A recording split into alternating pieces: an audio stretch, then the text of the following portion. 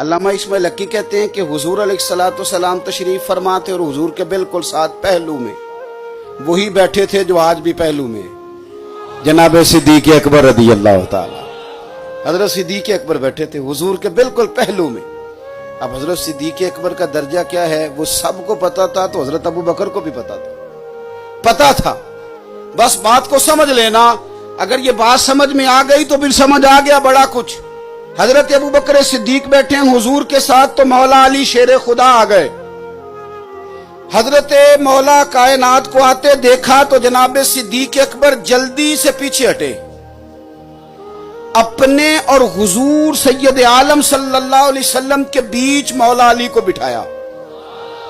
ادب کا خطبہ نہیں پڑھا، ادب کی منقبت نہیں سنائی، ادب کا لیکچر نہیں دیا، انہوں نے ایک دوسرے کا ادب کر کے دکھایا۔ جناب ابو بکر صدیق نے جب وہ جگہ چھوڑی، حضرت مولا علی وہاں بیٹھ گئے۔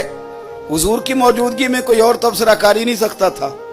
اے پائے نظر ہوش میں آ، یہ کوئے نبی ہے، آنکھوں سے بھی چلنا یہاں بے ادبی ہے۔ کون بولے حضور کے سامنے؟ کوئی نہ بولا تو حضور نے خود ہی فرمایا۔ جب یہ منظر دیکھا نا کہ ابو بکر ہٹ گئے اور مولا علی کو جگہ دی، تو کیا انداز ہے، کیا بات کرنے کا طریقہ ہے۔ تیرے آگے ہیں یوں دبے لچے فصحا عرب کے بڑے بڑے، کوئی جان منہ میں زبان نہیں بلکہ جسم میں جان نہیں۔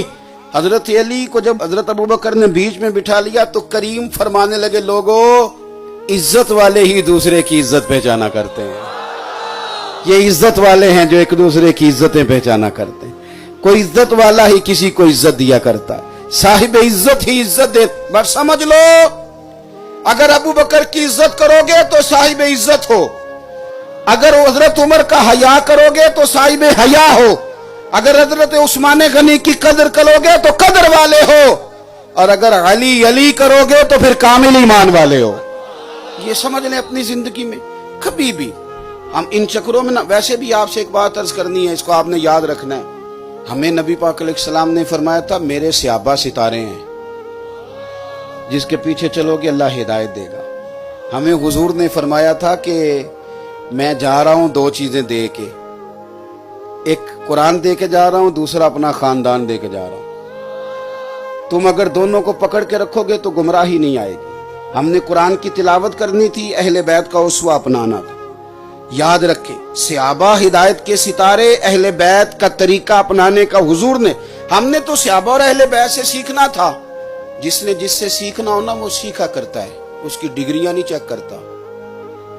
ایسا کبھی ہوا ہے کہ ٹیچر آئے اردو کا کلاس کے اندر سبق پڑھانے اور وہ آ کے فرسٹ ایئر کے اسٹوڈنٹ سے کہے کہ کتابیں نکالو، تو ایک بچہ اٹھ کے کہے استاد جی پہلے ڈگری دکھائیں؟ ادب ہے کہ بے ادبی؟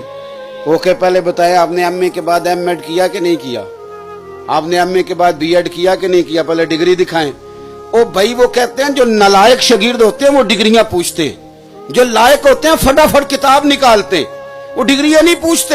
یہ بے ادبی ہے۔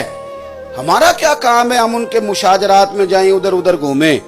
ہم تو حضرت صدیق سے صداقت سیکھیں گے، فاروق اعظم سے عدالت سیکھیں گے، عثمان غنی سے حیا سیکھیں گے، ہم حضرت سیدنا مولا علی شیر خدا سے شجاعت سیکھیں گے، امام حسن سے قربانی دے کے مسلمانوں کو ملانا سیکھیں گے، اور امام حسین سے صبر سیکھیں گے، استقامت سیکھیں گے، اور شہادت کا طریقہ سیکھیں گے۔ ہم تو سیکھیں گے جو ہماری ذمہ داری ہے۔